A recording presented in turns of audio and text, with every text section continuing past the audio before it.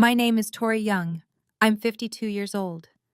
3 weeks ago, my 78-year-old father called me crying, the first time I'd heard him cry in my entire life, begging me to come help because family helps family. For 30 years, I was the invisible daughter, the one who wasn't worth a college fund, the one who watched my sister Victoria receive everything: the house down payment, the luxury car, the dream wedding, the endless emergency loans. My parents called her their success story. They called me just Tori. But when they both needed full-time care, when the doctors said they couldn't live alone anymore, they didn't call their golden child. They called me. I asked my father one question. Have you tried calling your successful daughter? The silence lasted 47 seconds. What I discovered in those 47 seconds, and what happened at the family meeting that followed, changed everything I thought I knew about my family, my sister, and myself. Before I tell you what happened next, if you've ever felt invisible in your own family, please take a moment to like and subscribe, but only if this story truly resonates with you.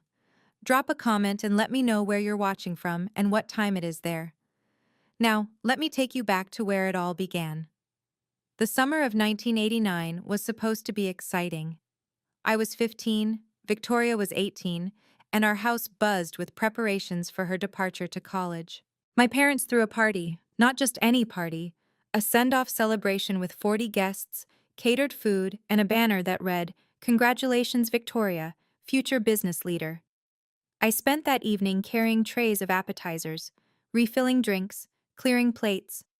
My mother had handed me an apron that morning and said, "Make yourself useful, honey. This is your sister's big day." I didn't sit at the main table. I ate standing in the kitchen between trips to the dining room. My father gave a speech. His voice cracked with pride as he announced they were giving Victoria $40,000 for her 4 years at university. The guests applauded. Victoria cried happy tears. My mother beamed. No one looked at me. Later that night, after the guests left and I finished washing dishes, I found my father in his study. "Dad, what about my college fund?" He didn't look up from his paperwork. "We'll see, Tori. Not everyone is cut out for college. You're more practical." 3 years later, when I wanted to enroll in nursing school, I brought it up again. "We already spent your college fund on your sister," my mother said gently, patting my hand. "But nursing school is cheaper anyway. You'll figure it out." I did figure it out. I worked 2 jobs for 3 years, waitressing nights, filing at a medical office during the day, to pay my own way through nursing school. Victoria graduated debt-free with a business degree and a car our parents bought her as a graduation gift. I didn't know then that those words, "We already spent your college fund," were just the beginning of a pattern that would last 3 decades. The wedding was in June of 1998. Victoria married Robert Ashford, a young attorney with a firm handshake and a confident smile. She called him her ticket to the life she deserved. My parents spent $85,000 on that wedding. I know because my mother mentioned it at least a dozen times, always with pride, never with hesitation. "A daughter only gets married once," she'd say. "We want it to be perfect."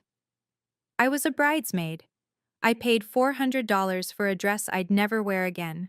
When I asked if the bridal party expenses might be covered, Victoria laughed. "Tori, it's not that much. Just put it on a credit card." 3 years later, Marcus proposed to me. He was an electrician, steady work, calloused hands, kind eyes. My parents gave us $2,000. "You understand," my father said, sliding the check across the table. "Marcus seems like a practical man. He won't need a big wedding." Practical, that word again. My mother didn't come to my dress fitting. She was busy that day, helping Victoria move into her new house, the one my parents had put $50,000 down on. "It's an investment in her future," my father explained when I asked why Victoria needed help buying a house when Robert was a lawyer. "They're just starting out." That house was 3 blocks away from the one-bedroom apartment Marcus and I were renting. At my small wedding, 60 guests, backyard ceremony, potluck reception, I watched my father dance with Victoria while my mother fussed over whether Victoria's shoes were comfortable. I told myself it was fine. I told myself I didn't need their money. But what I really needed, what I desperately needed, was for them to see me. I wouldn't understand just how blind they were until the phone call that came 23 years later. The phone rang at 2:17 a.m. on a Tuesday. I know the exact time because I stared at the screen for 3 full seconds before answering. My father's name glowed in the darkness. He hadn't called me in 6 months. Dad? The sound that came through the speaker stopped my heart. My father was crying. Not just crying, sobbing, gasping. The kind of raw, broken sound I'd never heard from him in 52 years of life. Tori, it's your mother. She fell. In the bathroom. I heard the crash and his voice cracked. I can't lift her. I don't know what to do. There's blood. I was already out of bed, pulling on clothes. Dad, listen to me. Call 911 right now. I'm on my way.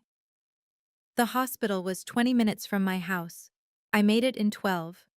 When I arrived, my mother was already in surgery. A broken hip, a bad one, the kind that changes everything for someone her age. My father sat slumped in a plastic chair, looking smaller than I'd ever seen him. Mr. Young? A doctor approached us. Dr. Morrison, according to his badge. Your wife's surgery will take several hours, but I need to discuss something with you. He explained it carefully. My mother would need extensive rehabilitation, 3 months minimum, and my father, he paused, glancing at his notes, had shown concerning signs during the intake assessment. Confusion, disorientation, early indicators of cognitive decline. They can't continue living independently, Dr. Morrison said. You'll need to make arrangements for full-time care. My father looked at me with desperate eyes. I'd spent 15 years as a geriatric care nurse. I knew exactly what full-time care meant. I knew the facilities, the costs, the slow erosion of savings that came with aging. What I didn't know yet was who my family expected to handle all of it. The next afternoon, I found my father sitting beside my mother's hospital bed. She was still groggy from surgery, drifting in and out of sleep. He looked like he'd aged 10 years overnight. Tori. He gestured for me to sit. We need to talk about what happens next. I sat. I waited. Your mother and we're going to need help. Real help. He rubbed his face with both hands. Someone to be there, to manage the medications, to make sure we're safe. I understand, Dad. You're a nurse. This is what you do. He looked at me with something I couldn't quite read. Family helps family, Tori. The words hung in the air between us. Have you called Victoria? Silence. 1 second, 5 seconds, 10. 47 seconds. I counted. Your sister is busy, he finally said. She has her own problems. What problems? He didn't answer. Instead, he shifted in his chair and said something that cut deeper than any silence. You've always been the reliable one, Tori. The one who doesn't complain. Victoria, He paused. She's more fragile. She wouldn't handle this well. Fragile. The woman who had demanded an $85,000 wedding was fragile. The woman who received a house down payment was fragile. But me, I was reliable. I thought about the 2 jobs I'd worked through nursing school, the $400 bridesmaid dress, the decades of watching from the outside. Dad, what exactly are you asking me to do? He listed it without hesitation. Coordinate their care, manage their medications, handle the medical decisions, visit regularly, be available. And Victoria? She'll help when she can.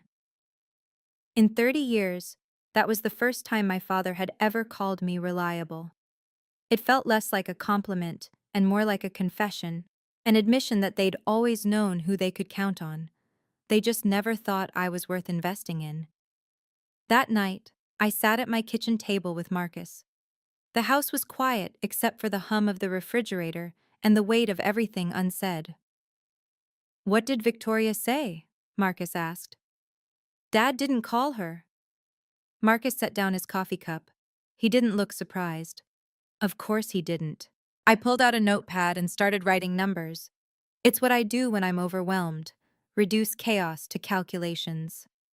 Full-time caregiving meant quitting my job or cutting my hours drastically. That was $65,000 a year, gone.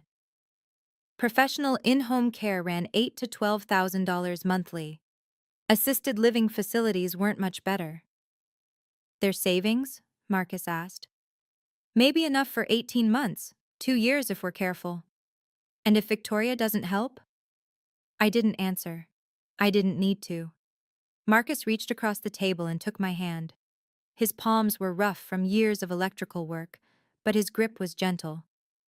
You've been saying yes to people who never see you, he said quietly. Maybe it's time to ask them why. I thought about every yes I'd given over 30 years. Yes to working through nursing school alone. Yes to a small wedding because we were practical.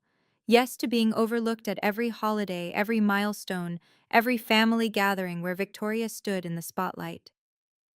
What if I say yes again? I whispered. What if I just do what they expect? Then nothing changes. Marcus squeezed my hand. You'll disappear a little more every day, and they'll never even notice. He didn't tell me what to do. He never did. He just held my hand and said, whatever you decide, I'm here. But you deserve to be more than their backup plan. The next morning, I did something I'd never done in 30 years. I called Victoria myself. She answered on the 6th ring. Her voice was thick with sleep even though it was 9 in the morning. Hello? Victoria, it's Tori. A pause, a yawn. What time is it? 9. Mom fell. She's in the hospital. What? Suddenly she sounded more alert. When did this happen? 2 days ago. 2 days? Why didn't anyone call me? Dad said you were busy. Silence stretched between us. I heard rustling, sheets maybe, a door closing. I am busy, Tori. I have things going on. Mom needs surgery. She broke her hip. Dad's showing signs of cognitive decline. They need full-time care now. So what do you want me to do about it? The question hit me like ice water. Help. Share the responsibility. She sighed, long and heavy. You know I'm not good at that stuff. What stuff? Taking care of our parents? The medical things, the organizing, that's your world, Tori. It doesn't have to be just my world. Look, her voice hardened. You're the nurse. This is literally your job. You know how to handle old people. Old people, our parents. Victoria, they need money too. Care facilities cost thousands every month. I don't have money right now. You have the house, the one Mom and Dad bought for you. Dead silence. Victoria, I don't have that house anymore. What do you mean? I sold it 3 years ago, after the divorce. I felt the floor shift beneath me. The house my parents had sacrificed $50,000 to secure. Gone. And the money from the sale? That's none of your business. In 15 years of being a nurse, no one had ever made my profession feel so small. But it wasn't the dismissal that stung most. It was the absolute certainty in her voice that this was my problem to solve. Victoria, I need you to explain this to me. Explain what? My finances to you? If you can't contribute, I need to understand why. Another long sigh. I heard something in the background. A man's voice, muffled. She covered the phone, spoke to someone, then came back. Fine. You want the truth? I'm drowning, okay? Drowning how? Credit cards, living expenses. Robert cleaned me out in the divorce. I had to sell the house just to survive. How much debt? She laughed, bitter, sharp. $89,000. I sat down, hard. 89,000? Don't judge me, Tori. I'm not judging. I'm trying to understand. No, you're doing what you always do, looking down at me from your perfect little life. looking down at her. The words made no sense. I'd spent 30 years looking up at Victoria, the successful one, the golden child, the daughter worth investing in. My perfect little life? I kept my voice steady. I worked 2 jobs to pay for nursing school. But you didn't have to live up to anything, because they never expected anything from me. Exactly! She sounded almost triumphant. No expectations, no disappointments. You got to just be you. I had to be everything. Victoria, our mother is lying in a hospital bed right now. And you'll handle it. You always do. That's not fair. Fair? She laughed again, but this time it cracked at the edges. Since when has anything in this family been fair? For one moment, I heard something underneath her defensiveness. Something that sounded almost like pain. But before I could respond, she cut in. I'll try to visit when I can. But don't expect me to move back or write checks I can't cash. The line went dead. I stared at my phone, looking down on her. The words echoed, and I realized Victoria wasn't the successful one. She was the one who'd learned how to fail without consequences. I called her back. She didn't answer the first time, or the second. On the third try, she picked up with an exhausted groan. What now, Tori? We weren't finished. I think we were. No, you said I looked down on you. I need to understand that. I don't have time for therapy with my little sister. Victoria, for 30 years you got everything. The money, the attention, the house, the car, the wedding. And somehow you've convinced yourself that I had it easier? You did. Her voice was flat, certain. You married Marcus. Simple job, simple life. No one watching, no one expecting you to be extraordinary. I expected myself to be extraordinary. I just didn't need an audience. That's easy to say when… When what? When I'm paying my own mortgage? When I have retirement savings? When I'm not $89,000 in debt? Silence. That was cruel, Tori. It was the truth. More silence. I could hear her breathing, ragged, uneven. You want me to say I'm sorry? She finally asked. For taking what they offered? For being the daughter they wanted to give to? I want you to show up. For once in your life, I want you to take responsibility. I can't fix this. I'm not asking you to fix it. I'm asking you to help. Same thing. It's not. She was quiet for a long moment. When she spoke again, her voice was smaller, almost young. I don't know how to be what everyone needs, Tori. Then learn. We all had to. The call ended. This time, I was the one who hung up. I sat in my kitchen, phone in hand, and made a decision. I would help my parents, but not the way they expected. What Victoria didn't know, what none of them knew yet, was that her financial situation wasn't the only truth about to become public. The next morning, I drove to my parents' house to gather some things for the hospital, clothes for my father, my mother's reading glasses, her insurance paperwork. Their house smelled like dust and old coffee. Dishes sat in the sink, mail was piled by the door. Without my mother's daily routines, the place had started to unravel. I found the insurance documents in my father's study, filed in a battered metal cabinet he'd had since I was a child. But as I rifled through the folders, my fingers touched something unexpected. A notebook, worn leather cover. My mother's handwriting on the first page, family records. I shouldn't have opened it. It felt like trespassing. But something made me flip to the first page. Dates, names, dollar amounts. My mother had been keeping meticulous records since 1985. Victoria. College tuition, $40,000 Victoria. Graduation car, $12,000. Victoria. Wedding, $85,000. Victoria. House down payment, $50,000. The list went on. Page after page, birthday gifts. Emergency loans that were never repaid. A vacation to Europe. A new wardrobe for a job interview. Dental work. Credit card payments. I flipped to my section. Tori. Wedding gift, $2,000. Tori, baby shower, $300.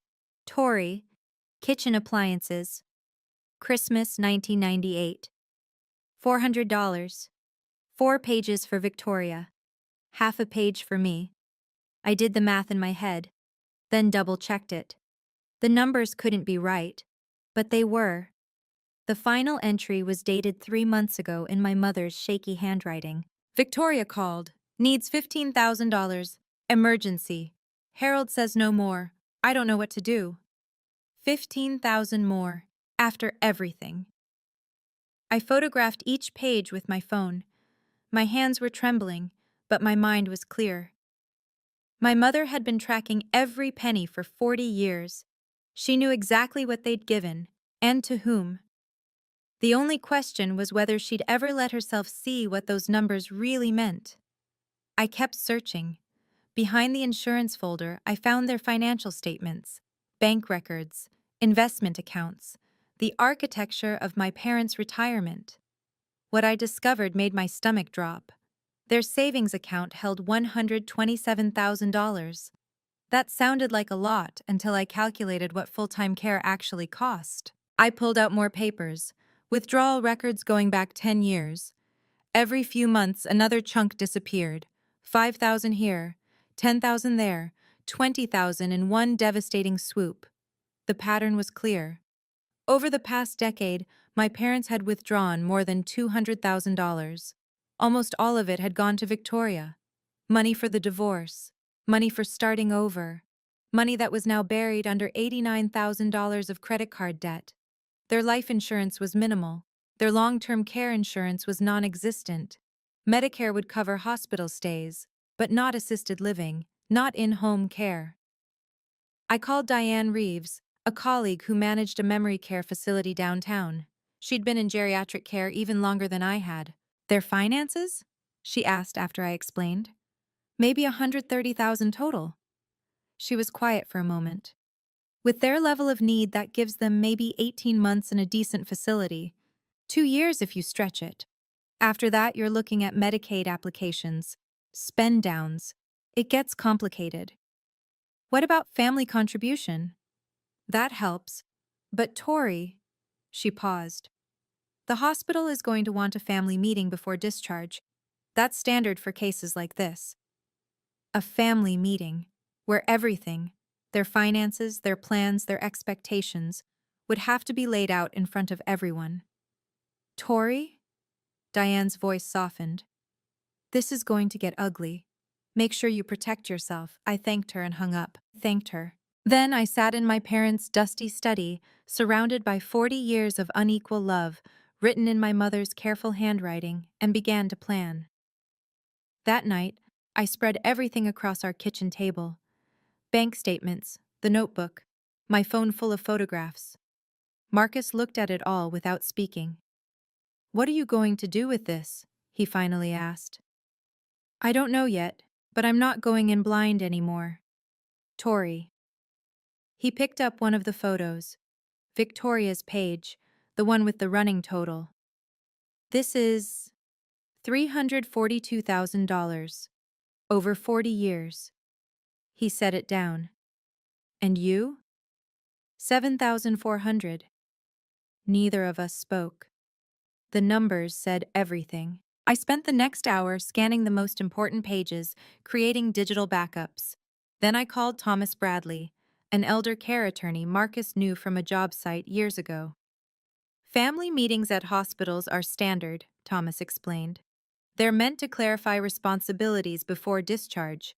Nothing you say there is legally binding." "Can they force Victoria to contribute?" "Legally? No.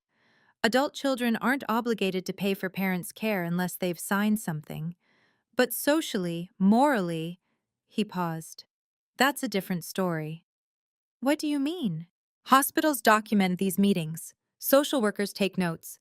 If one family member makes promises and doesn't follow through, that goes on record. It can affect how facilities view the family, how payment plans get structured." "So it matters." "It matters a lot." I thanked him and hung up. The family meeting was scheduled for Thursday, 4 days away. I had one more call to make. Victoria's phone rang 5 times before going to voicemail. I left a message, keeping my voice even. Victoria, there's a family meeting at the hospital on Thursday, 10 a.m. You need to be there even if it's by video call. I paused. Don't make me explain why. I wasn't planning revenge. I wasn't planning a confrontation. I was planning clarity. After 30 years, I just wanted everyone to see the truth. Now, before I tell you what happened at that family meeting, I'm curious about something. If you were in my shoes, would you have shared what you found in that notebook, or would you have kept it to yourself? Type share or silent in the comments. I really want to know. And if you're still with me, please give this video a quick like. It helps more people find these stories. Okay, back to what happened next. Thursday morning, 10 a.m., the hospital's family conference room. The space was aggressively neutral: beige walls, fluorescent lights, a long rectangular table with uncomfortable chairs, a large TV screen mounted on one wall for video calls. The kind of room where difficult decisions are made under harsh lighting. Marcus sat beside me, his hand resting near mine on the table. He'd taken the day off work without me asking. My father arrived pushing my mother in a wheelchair. She looked smaller than I remembered, fragile in her hospital gown, but her eyes were alert, more alert than they'd been in days. Dr. Morrison came in with a folder thick with papers. Behind him was Rachel Smith, the hospital social worker, a composed woman in her 40s with kind eyes and a clipboard. "We're just waiting for one more," Rachel said, glancing at the screen. The TV flickered to life. Victoria appeared, perfectly made up, sitting in what looked like an elegant living room. Cream-colored walls, fresh flowers on a side table. Her new husband Brandon hovered in the background. "Can everyone hear me?" Victoria asked, adjusting her camera angle. "Loud and clear," Rachel confirmed. Two more faces joined the call. My Aunt Linda, my father's younger sister, and Aunt Margaret, my mother's side. Both were in their 70s, watching from their respective homes across the country. "Thank you all for being here," Rachel began. "The purpose of this meeting is to develop a discharge plan for Mr. and Mrs. Young." Dr. Morrison reviewed the medical facts. My mother's hip surgery, the rehabilitation timeline, my father's cognitive assessment. "They cannot live independently anymore," he concluded. "They'll need consistent daily support." On screen, Victoria checked her phone. Twice. Rachel turned to face the room. "We need to decide as a family who will be responsible for what, financially and practically." The air in the room changed. I felt Marcus's hand brush against mine. It was beginning. Rachel looked around the room, then at the screen. "Let's start by hearing from everyone. What resources and support can each family member contribute?" Victoria jumped in before anyone else could speak. "I want to be really transparent here." She leaned toward her camera, expression earnest. "Brandon and I are going through a difficult time financially. We just got married 6 months ago, and we're still rebuilding after my divorce." Aunt Linda nodded sympathetically on her side of the video call. "We understand, dear. These things take time." "It's been so hard," Victoria continued, "starting over at my age. I wish I could do more, but—" Rachel turned to me. "And what about you, Mrs. Young?" Before I could answer, Victoria cut in again. "Oh, Tori can handle it." She said it like it was obvious, like it had already been decided.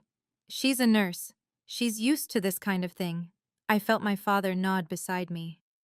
"That's right. Tori has experience with—" "Plus," Victoria added, "she doesn't have the same pressures I do. Her lifestyle is more manageable." My mother's eyes flickered toward me, then away. Aunt Margaret cleared her throat. "It does make sense when you think about it. Tori has the skills." "Exactly," Victoria said. "I mean, I would help, I really would.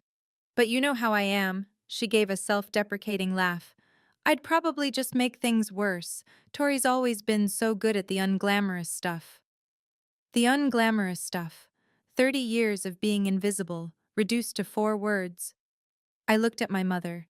Her hands were folded in her lap. She wouldn't meet my eyes. She wasn't going to defend me. She never had. Marcus's knee pressed against mine under the table. A silent question. Are you ready? I took a breath. Before we decide who gives what going forward, I said, can we talk about what's already been given? The room went still. Victoria's smile faltered. What do you mean? I mean, I said, keeping my voice level, that Dad has been very generous with you over the years, Victoria. The house down payment, the car, the wedding, the emergencies. My father shifted in his chair. That's not relevant to this discussion. It's absolutely relevant. You're asking me to take on the majority of care. Victoria says she can't afford to help, but no one's talked about why she can't afford it. On screen, Victoria's expression hardened. Are you seriously bringing up money right now? Mom just had surgery. I'm not bringing up money. I'm bringing up fairness. Fairness? She laughed, but it came out brittle. You want to talk about fair? I'm the one who had to deal with all their expectations, the pressure. You got to live under the radar.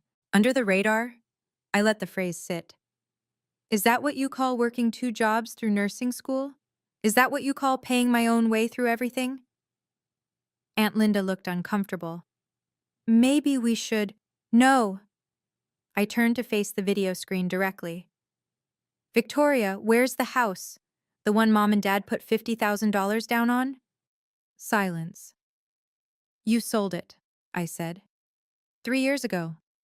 That's none of your business. Her voice was rising.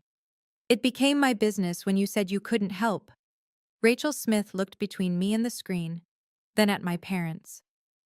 I think it's important for everyone to understand the full picture here. My mother's hands tightened in her lap. My father stared at the table. And on the screen, something flickered across Victoria's face. Not guilt, not shame, fear. I reached into my bag. There's something I think everyone should see. I pulled out a folder and set it on the table. I found this at the house, I said, when I was looking for Mom's insurance papers. My mother's head lifted. For the first time since the meeting started, she looked directly at me. This is Mom's handwriting. I opened the folder to reveal photocopied pages. She's been keeping records of every financial gift to her children since 1985. I passed a copy to Rachel Smith. Her eyebrows rose as she scanned the pages. What is that? Victoria demanded from the screen. What are you showing them? I began reading aloud. My voice was steady. I'd practiced this. Victoria. College tuition. $40,000. Graduation car. $12,000. Wedding. $85,000. House down payment. $50,000. Between 1989 and last year, various emergency loans totaling $155,000. The numbers filled the room like stones dropping into water.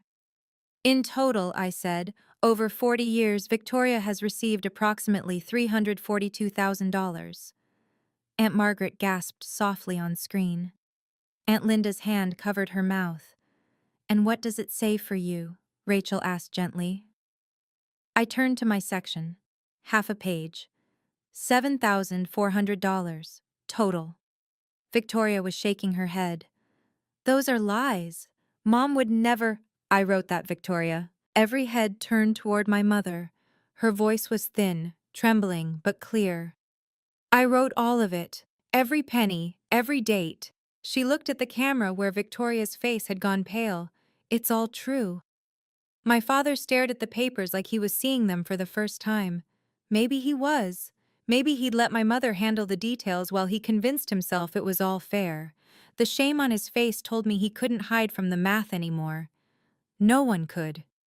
This is insane, Victoria's voice pitched higher. You kept a ledger? Like were accounts to be balanced? My mother flinched but didn't look away from the screen.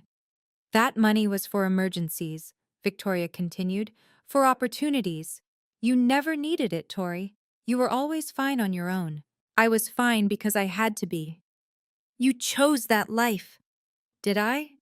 I kept my voice low, controlled. Or was it chosen for me? Rachel Smith was taking notes, her pen moving steadily across her clipboard. Let's stay focused on, she began. No. Victoria cut her off. I want to know what Tori thinks she's proving. That she's the martyr? The saint who suffered in silence? I'm not proving anything. I'm showing the truth. The truth is that I had more potential. I had more opportunities. That's why they invested in me. And how did those investments pay off, Victoria? She went still. You sold the house, I said. The one they bought you. You lost it. I didn't lose anything. I made a financial decision. You made a decision that left you $89,000 in credit card debt. Brandon shifted uncomfortably behind Victoria. Aunt Linda looked away. You have no right, Victoria started. I have every right. You're telling this family you can't contribute to our parents' care. I'm explaining why. I didn't raise my voice. I didn't need to. $342,000 and you can't spare $200 a month? Victoria's eyes glistened. For a moment she looked young, lost. You're trying to humiliate me. No. I shook my head slowly. I'm trying to tell the truth. For the first time in 30 years, I'm just telling the truth. The room was silent. My mother was crying quietly. And my father. My father couldn't look at anyone at all. Rachel Smith set down her pen. I think we need to pause and acknowledge what we've heard here. There's clearly a significant history that's affecting this conversation. I nodded. I'm not trying to punish anyone. I'm trying to be fair. Fair, Victoria muttered on screen. Yes, fair. I turned to face the whole room. Let me tell you what I have. I listed it simply. No pride, just facts. Marcus and I own our home. We paid off the mortgage last year. We have retirement savings we've built over 25 years. I have 15 years of experience in geriatric care. I know the system. I know the facilities. I know what mom and dad actually need. I paused. I can help. I have the skills, the resources, and honestly, the heart to help. But I won't do it as the invisible backup plan anymore. Aunt Margaret spoke up, her voice thick with emotion. Tori, we had no idea things were this unequal. No one asked. The words weren't accusatory. They were just true. My father cleared his throat. When he spoke, his voice was rough, broken. We did what we thought was best. Victoria always seemed to need more. She needed more because you taught her she deserved more. I looked at him, really looked at him. And you taught me to expect less, so I learned to build everything myself. My mother reached out and gripped my father's hand. Her lips were trembling. I'm sorry, she whispered. I thought Victoria needed it more. I thought you'd always be okay. I wasn't always okay, Mom. My voice cracked for the first time. I just learned not to ask. The silence that followed felt like something breaking open. And in that breaking, something shifted. I love you both, I said quietly. But love doesn't mean I have to erase myself. Rachel Smith leaned forward, her voice professionally calm. I think it's clear there's a lot of history here. But my job is to make sure Mr. and Mrs. Young have a safe discharge plan. She pulled out a printed sheet, a list of options. Let me walk through what we're looking at. Option 1, family provides direct care. That means someone is present 24/7, managing medications, meals, mobility. She looked around the room. No one volunteered. Option 2, assisted living facility. With their needs, you're looking at $6,000 to $10,000 per month. My father inhaled sharply. Option 3, in-home care with professional nurses, $4,000 to $8,000 monthly depending on hours. And their savings? Rachel asked, looking at me. Around $130,000. So options 2 or 3 would be sustainable for roughly 12 to 18 months. After that, a Medicaid application would need to begin. That's a process. Victoria spoke up, her voice smaller now. What about the house they're living in now? Could that be sold? My father looked like he'd been slapped. You want us to sell our house? I'm just asking about options. That house is their security, I said. Their home of 45 years, the place where they raised us. I know what it is, Tori. Then you know it's not an ATM. Victoria's jaw tightened. That's not what I meant. Isn't it? I kept my voice even. The difference between us, Victoria, is this. I'm trying to figure out how to help them keep what they have. You're already calculating what's left to take. Brandon put his hand on Victoria's shoulder. She shrugged it off. This is unfair, she said. You're making me the villain. I'm not making you anything. I'm asking you to show up. On screen, Victoria opened her mouth to respond. And then she said something that changed everything. Okay, I need to pause here because what Victoria said next, I still can't believe she said it in front of everyone. Before I continue, I have a question. Who do you think should be responsible for caring for aging parents? The child who received everything, or the child who was self-sufficient? Tell me in the comments. I really want to hear your perspective. Now here's what she said. You know what? Victoria's voice was shaking now. Fine. You want to play this game, Tori? Let's play. She leaned into her camera, face flushed. Mom, Dad, did you know Tori didn't come to Thanksgiving last year, or Christmas? She's been pulling away from this family for years. She barely calls, barely visits. My father frowned. My mother looked confused. That's not, I started. Let me finish. Victoria held up her hand to the camera. She acts like she's the devoted daughter, but where was she for the holidays? Where was she when I was hosting, cooking, making everything perfect? I waited until she was done. Then I spoke calmly. I didn't come because I wasn't invited. That's ridiculous. You hosted both holidays at your house. I never received an invitation. I assumed I wasn't welcome. Victoria sputtered. Of course you were welcome. You just… Actually, Aunt Margaret interrupted, her face troubled on screen. I remember asking about Tori at Thanksgiving. Victoria, you said she was doing her own thing this year. The color drained from Victoria's face. You're misremembering. I'm not. Aunt Margaret's voice was firm. I asked specifically. I thought it was strange Tori wasn't there. My mother turned to look at Victoria on the screen. You told me Tori was busy. You said she had to work. She probably did. I wasn't working. I kept my voice steady. I was home, waiting for a call that never came. The room was silent. Even Rachel had stopped writing. Victoria had tried to make me look like the absent daughter. Instead, she'd revealed she was the one who'd kept me away. I didn't need to accuse her. She'd accused herself. Victoria's voice faltered. That's not how I remember it. It's how I remember it, Aunt Margaret said quietly. It's how I remember it too. I stood up, not dramatically, just to stretch my back, to feel my own feet on the ground. Here's what I'm willing to do. Everyone watched.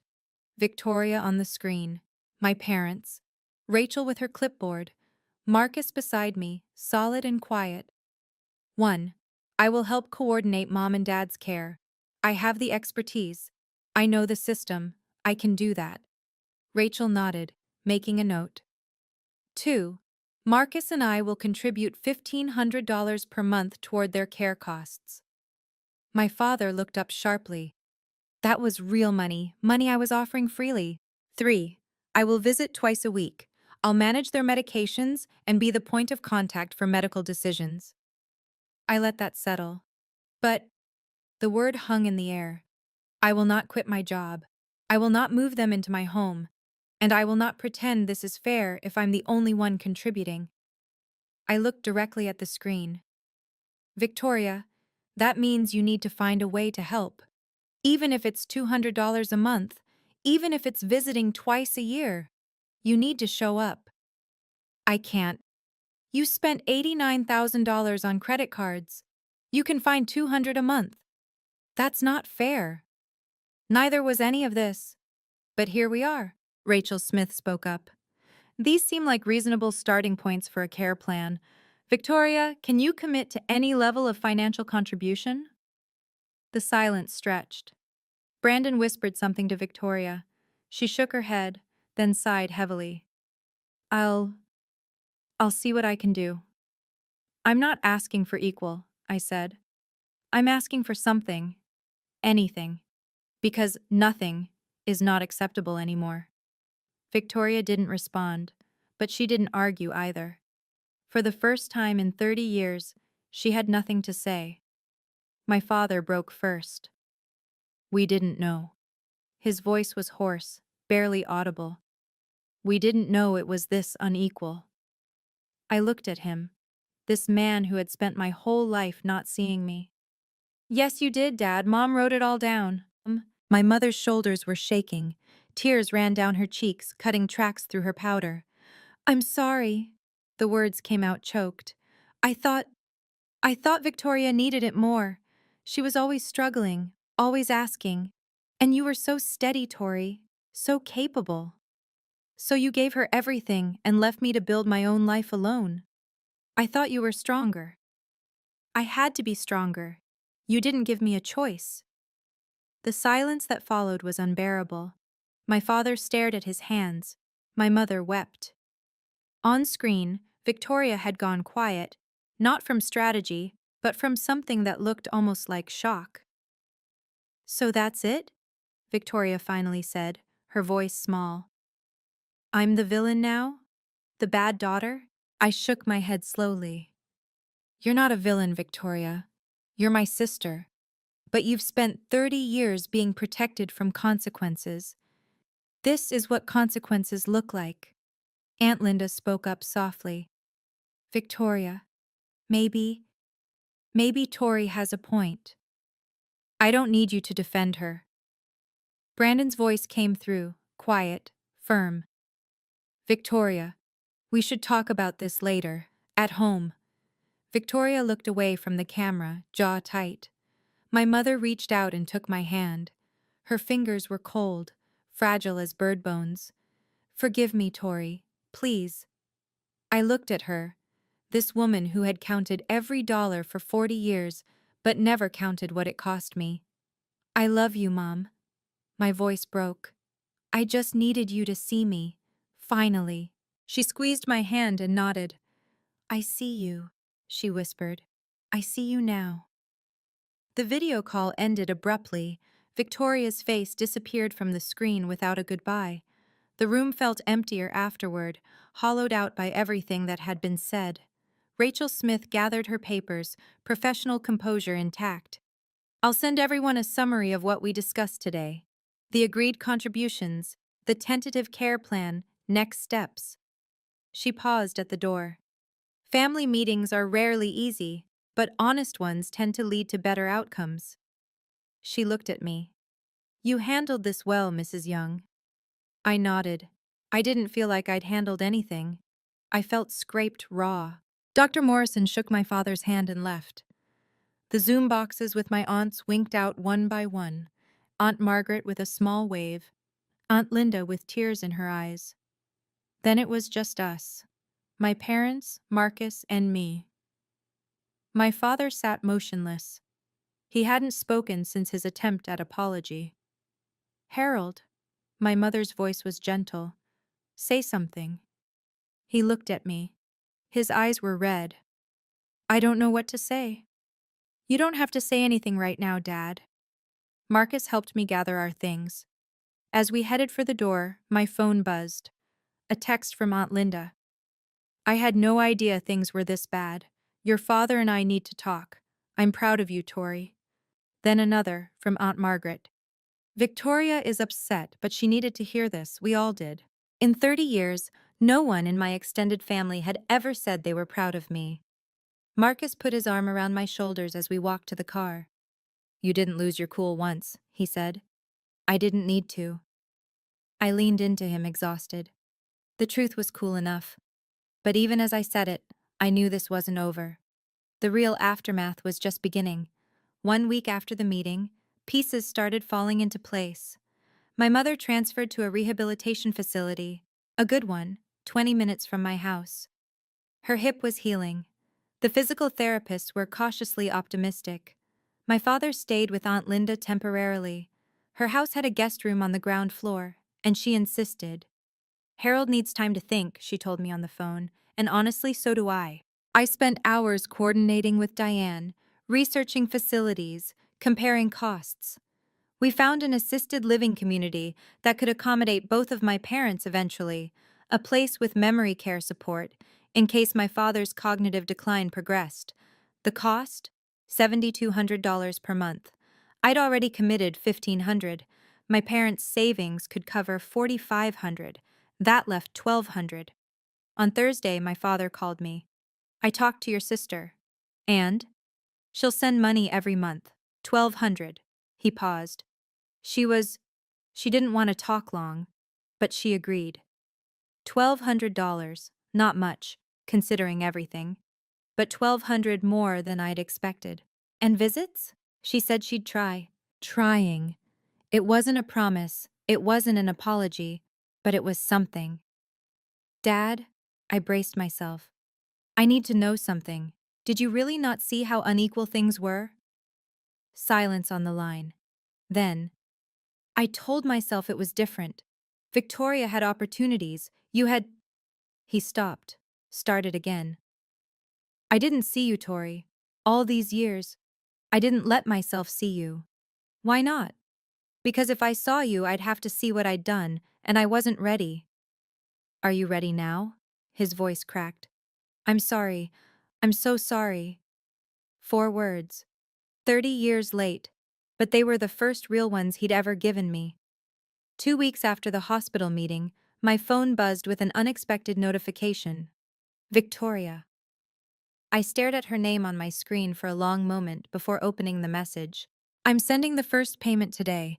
Brandon helped me set up a plan to manage my debt. I'm going to try. I read it 3 times. Then I called Marcus into the kitchen. What do you think? I showed him the screen. He read it, face neutral. What do you want to say? I want to believe her. Then tell her that. I typed slowly, deleting and rewriting twice before landing on something true. Thank you, Victoria. That means a lot. I know this isn't easy. Her response came quickly. It's not, but you were right. I can't keep running from things. I waited. The 3 dots appeared, disappeared, appeared again. I don't know how to be different, but I'm trying. No apology. Not yet. Maybe never. But acknowledgement, real acknowledgement, was more than I'd had in decades. I typed, maybe we can visit Mom together next month? The pause before her answer stretched long enough that I thought she wouldn't respond. Maybe. Let me figure some things out first. It wasn't reconciliation. It wasn't forgiveness. It was 2 sisters trying to find a new language after 30 years of speaking different ones. Marcus looked over my shoulder at the exchange. Progress? Maybe. Or maybe she's just tired of fighting. Could be both. I set down my phone. Through the kitchen window, the sun was setting, orange and pink bleeding into purple. Victoria might never truly change. She might never apologize. But she'd shown up, financially at least. And for now, that was more than I'd had in 30 years. It was a start. It was so. A month after the hospital meeting, I visited my mother alone. She'd been moved to the assisted living facility, a quiet room with a window overlooking a garden. Her hip was healing well. Some days her mind was sharp. Others, she drifted. Today was a sharp day. I found her sitting by the window, watching birds at a feeder outside. When I came in, she turned and smiled. Tori, sit with me. I pulled a chair close and took her hand. For a while we didn't speak. The silence wasn't uncomfortable, just full of everything we'd said and everything we hadn't. Your father showed me the notebook again, she finally said. All my numbers. I know, Mom. I always knew they were unequal. I knew what I was writing. She looked at me, eyes clearer than I'd seen them in weeks. I just didn't let myself see what they meant. Why not? She was quiet for a moment, collecting her thoughts. Victoria was like fire, bright and demanding and always hungry. I was afraid that if I didn't feed her, she'd burn out, disappear. She squeezed my hand. And you were like water, steady, patient. I thought you'd always be okay. I wasn't always okay, Mom. I know that now. Her voice dropped. I know. Then why didn't you ever? Because it was easier to believe you didn't need me. Because needing me would mean I had failed you. Tears gathered in her eyes. And I had failed you, I just couldn't admit it. I didn't say it was okay. It wasn't. But I leaned forward and kissed her forehead. I love you, Mom. I love you too. She held my face in her thin hands. Forgive me. Please. I'm trying, I said honestly. I'm really trying. It was all I could give her. For now, it was enough. 6 months passed. Life didn't become perfect. It became manageable. And sometimes, that's enough. My parents settled into the assisted living community, sharing a 2-bedroom suite. My mother's hip healed completely. My father's cognitive decline progressed slowly. He had good days and bad days, but mostly good. They had nurses, activities, people their own age to talk to. Victoria sent money every month. Not once did she miss a payment. She visited twice in those 6 months. Short visits, awkward and careful, but she came. She sat with our parents. She asked about their health. She didn't apologize to me. I stopped waiting for it. Our relationship wasn't warm. We didn't call each other just to chat. But when we did speak, it was civil, sometimes even kind. We were learning to be sisters again, in a limited way. My father asked to talk to me one afternoon. We sat in the facility's garden, watching clouds move across a blue sky. I've been thinking, he said slowly, about what I did, why I did it. And I thought providing for Victoria was investing in the family's future. She had the degree, the ambitions. I thought she'd make something of herself and take care of us all. He shook his head. I was investing everything in one stock and leaving the other with nothing. Interesting metaphor, Dad. He almost smiled. Your mother's idea. She's sharper than she lets on. We sat in silence for a while. You turned out to be the better investment, he said quietly. I was just too blind to see it. It wasn't a perfect apology, but it was honest. And from my father, honesty was rare enough to feel like grace. Thanks, Dad. He nodded. We watched the clouds. Some things can't be fixed, but some things can still grow. Late summer, a warm evening. Marcus and I sat on our back porch watching fireflies blink across the yard. The house was quiet. Our daughter had called earlier. She was doing well, thriving at her job across the country. Marcus had grilled steaks. I'd made my mother's potato salad recipe. You're different, you know, Marcus said after a while. Good different or bad different? Lighter. He reached over and took my hand. Like you finally put down something heavy. I thought about that. 30 years I'd carried a question. Why am I not enough? I didn't ask it anymore. Not because I'd found an answer, but because the question had stopped mattering. I think I finally stopped trying to prove anything, I said. About time. I laughed, a real laugh surprised out of me. We sat in comfortable silence. The fireflies drifted. The stars emerged, one by one. Marcus? Thank you for never making me feel like I had to prove anything to you. He squeezed my hand. You never did. I always knew who you were. Even when I didn't? Especially then. I leaned my head on his shoulder. This man who had loved me quietly for 25 years, who had never asked me to be smaller, who had held my hand through hospital meetings and family revelations and everything that came after. He taught me something my parents never did, that being loved shouldn't feel like an audition. I'm grateful, I said, for this, for us. Me too. We didn't need to say more. The fireflies said it for us, small lights in the darkness, steady and persistent. Like water, my mother had said. Steady, patient. Maybe that wasn't such a bad thing to be after all. Looking back now, I can see what I learned. It took 30 years of silence and one hospital meeting to understand these truths. Setting boundaries isn't rejection, it's self-preservation. I spent decades saying yes to people who never asked what I needed. Learning to say, not like this, wasn't cruelty, it was clarity. The truth may hurt in the moment, but silence hurts for a lifetime.